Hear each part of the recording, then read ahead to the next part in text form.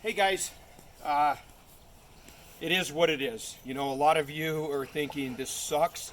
I wanted this class to be a hands-on, face-to-face. We don't have that option. I'm not excited about it. I'm sure you're not as well. Look on the bright side. You'll see through this class, especially when we get to dead body investigations.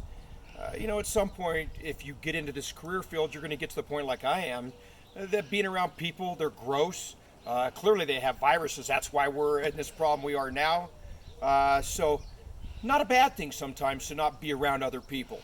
Clearly, I wish it was over. It's not. So, we'll do the best that we can. I'll try and give you as many stories as I can from the field. Having said that, this class sometimes I get people to sign up that might not know me. Most of you do. If you've never had me in a class before, let me give you kind of a brief intro. Clearly, this is what happens to somebody on, when we're quarantined, growing this hair and this all kinds of stuff. It's just what happens. But for the most part, to sum me up, I would say, certainly I love my career. I was a cop in Vegas with the Las Vegas Metropolitan Police Department for 25 years. Loved it. I also love going to school. So I went to UNLV for many, many years because I enjoy school. I enjoy learning. So on top of having that academic education, I'll be able to throw in there 25 years of what I saw in Vegas through this class. It's kind of fun. This class has multiple aspects of investigation. Everybody wants to talk about dead bodies. I get it. You're going to go on a lot of dead bodies, and we're going to talk about that. Most of them are not murder, though. What you're going to see most of the time is battery, domestic violence, crimes against children, many sex crimes involving all kinds of different things. We'll talk about those.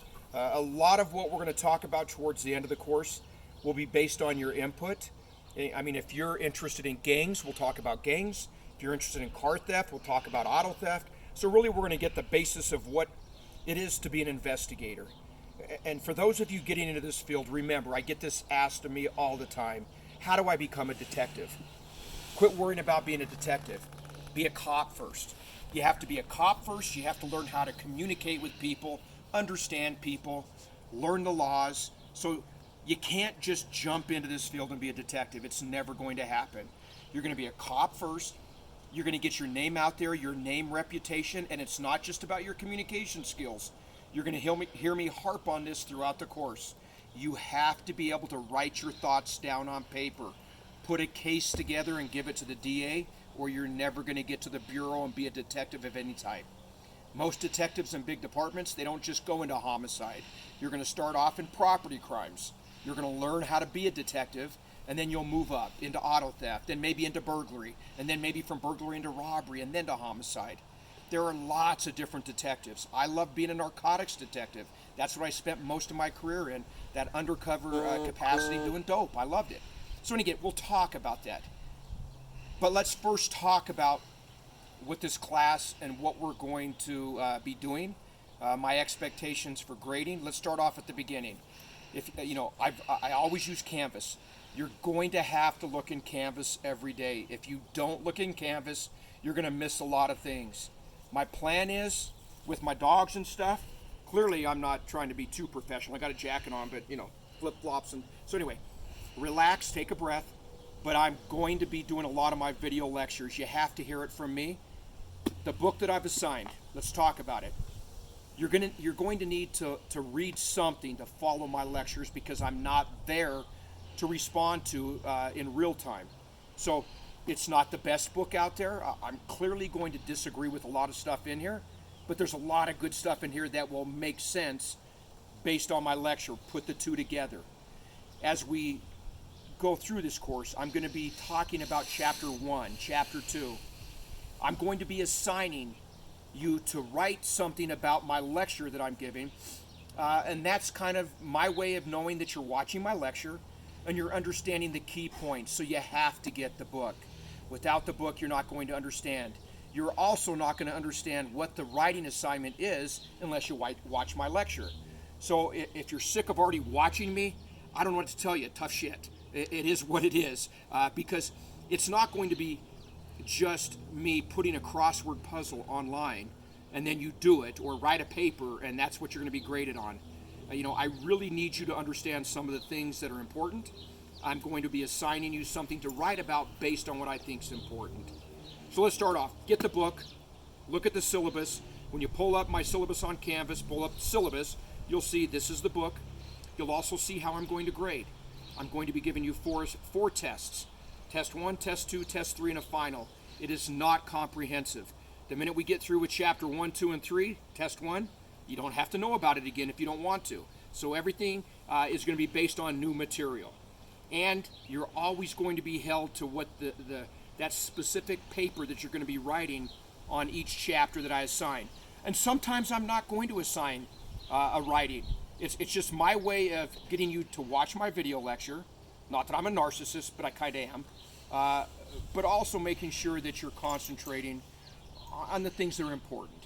Because you're going to see throughout this course that unlike what you watch in the media, what you see most in the media is least likely to happen ever to any of you, and I'm glad for that. Although I don't really like human beings, they're evil. The things they do to one another are evil. It just doesn't happen a lot. So we're going to dispel a lot of the myths. We're going to show you the realities of what it's like to be a detective. And you'll see that you don't have to be a Sherlock Holmes. You really don't. It's all about academics, learning skills and techniques when you talk to suspects, and what you should do and what you should not do. And if I can teach this and get this to you, you'll see that it's not about how smart you are to be a good detective. It's just being skilled in those techniques and not trying to be too busy doing stuff that you don't need to be doing. Don't waste your time. There are many, many techniques that you can do to limit the amount of people that you think are suspects, and then concentrate on them. So let's talk a few minutes before I get out of here, because clearly this lecture I'm going to want you to write about a specific topic, and we'll get to that. So I've talked about the syllabus, I've talked about the grading, you've got the book, get the book. There's going to be stuff in the book I'm going to tell you don't have to read some of this, but get the book. You'll also see in the syllabus I have a cell phone number. If you've got a question, text me. I don't care if you text me, but I screen for spam. Unless you say I'm a student, I'm not going to know who you are. And then tell me, the best option is send me an email. Hey, you were talking about this. Can you kind of explain this topic? So let's talk about Chapter 1. And now hopefully you've already got the book. When you get the book, Chapter 1 and the authors of this book are going to be talking about, in order to be a good investigator, you have to first understand two concepts. And it's really nothing more than reasoning. For those of you that are philosophy majors, you'll see that a lot of what I talk about is based on deductive reasoning and inductive reasoning. When you read Chapter 1, the author makes it look like that inductive reasoning is kind of a bad thing and that they really want you to do deductive reasoning. I'm going to tell you that you need to do a little bit of both, and that you can make big mistakes if you get caught up into leaning too far into one way over the other. For the record, and I hope you put this in your paper, that's the point of you watching the lecture. When you read a lot of papers that they have written on Sherlock Holmes and why he was such a good detective, it's not deductive reasoning. What he was really good at was inductive reasoning. So let's talk about what the two are. When we talk about deductive reasoning is when you walk into a crime scene, whatever it is, whether it's a sexual assault, whether it's a homicide, but when you walk into a crime scene, and the minute you walk in, you see something, and you convince yourself that this is a suicide, this is a homicide. And so when you tell yourself at the top, I know what happened here, then you're going to go out and you're going to search for everything that you can to make yourself right. So you're going to start at the top and say, I know it's a suicide. And then you're going to go and try and find everything you can to prove that you're right. But in doing this, many times you're going to overlook a lot of things that might prove you wrong. But because you're a narcissist, if you get caught up into that deductive reasoning, if you make a mistake and you say it's suicide and you try and build all these premises and you try and go to court, one of those premises is wrong, you're wrong. So be careful.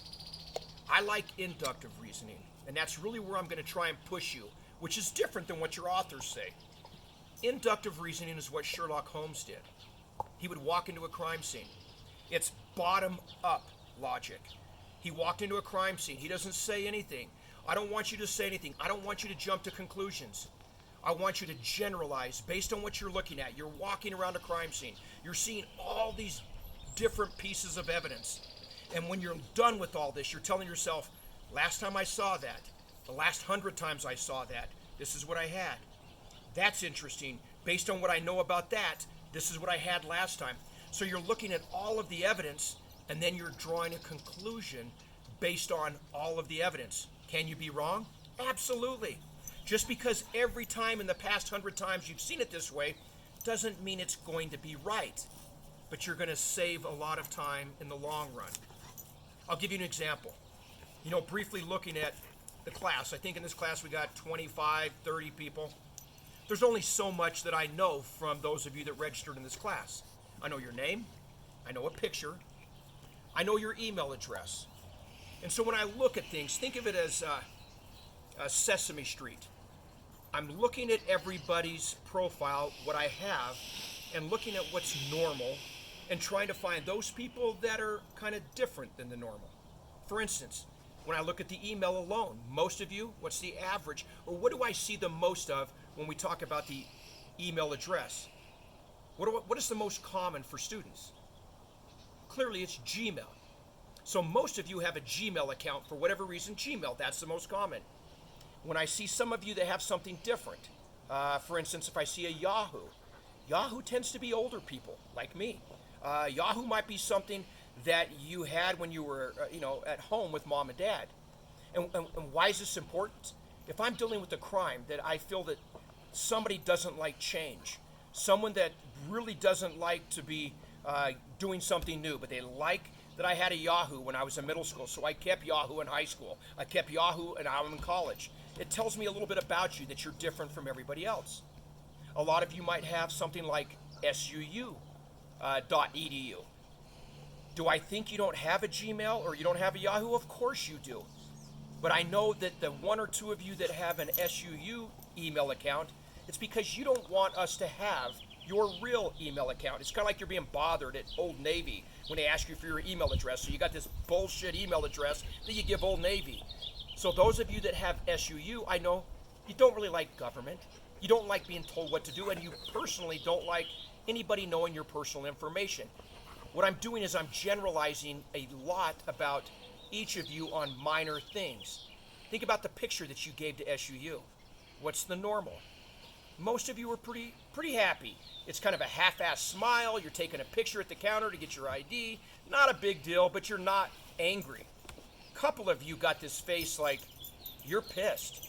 You don't want your picture taken. You hate the idea that you're even getting a picture taken. So again, if I'm looking at a crime or a particular crime of the group of you, someone that say doesn't like government because you have an SUU account, and when I look at your picture and you've got an angry face, you're one of the first people that I'm going to come to and start interviewing. And we'll get to interview and interrogation later on in the course. But you can clearly see that I'm trying to find what makes you different from everybody else. We can do things like, what's the average person in this class as far as freshman, sophomore, junior, senior? Most of you are juniors and seniors. Why do seniors take this class? Most seniors take the class, it's a 1340. They take it because they want to graduate and they want an easy grade. They heard Swanson's easy. I get it. So if you're a senior taking my class, you really don't need this skill set. You're just trying to get 3 credits out of the way that you need to graduate. Most people are juniors. Some of you that are freshmen, I get a couple of freshmen in here. And again, I'll be looking at certain things like that. Certainly when I go back to like the pictures, let's say I had somebody that threw a mannequin onto a highway and caused a multiple fatality on a highway. If I'm going back and look at the pictures that you took at SUU, I'm looking for a class clown. I'm looking for that person that obviously is cracking up in the picture, trying to make the person taking the picture, and that kind of personality is what I'm looking at. So what I'm trying to show you is, in many crime series, you're going to have multiple suspects. Try and limit the amount of suspects you're going to interview based on what you already know, based on inductive reasoning. There are certain things that you're going to learn in this class, which is really important in today's world. which is we call these things facts. What's a fact? When you're watching all the politics on the news. In my world, when we go to court, a fact is something that actually happened. This is accurate. It happened. We have eyewitness testimony. We can prove it beyond a reasonable doubt. Inference. Inference means somebody's trying to give me their opinion. Be very, very careful. I don't really want opinions in this course. I don't really care about politics in this course. I don't really care about motives. That's not my job. That's the prosecutor.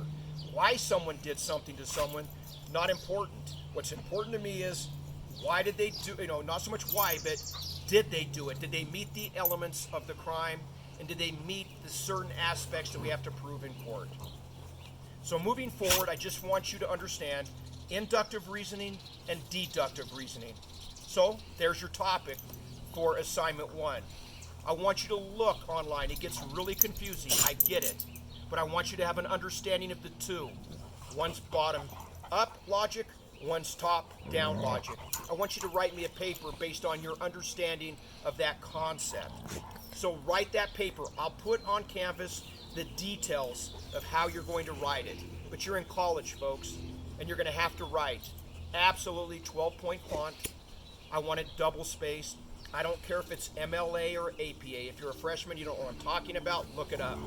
Juniors and seniors, if you don't understand APA and MLA at this point, I don't know where you've been. I don't know who's been giving you those courses, but I'll give you details on what to write based on that specific thing. You guys, you're not paying attention. Anyway, there you have it. You've got the syllabus. You got your first assignment. I'm going to try and go on and do one of these lectures for each chapter so you can see me face to face. And a lot of what we're going to talk about is based on your input that you give me based on each chapter. Read chapter 1. If you have questions, get a hold of me. Let me note this really quick. As we get to some of the evidence, fingerprinting, ballistics, blood spatter. Normally I do this in a lab setting. We don't have a lab. I'm going to go into the lab. I'm going to show you how we do these things.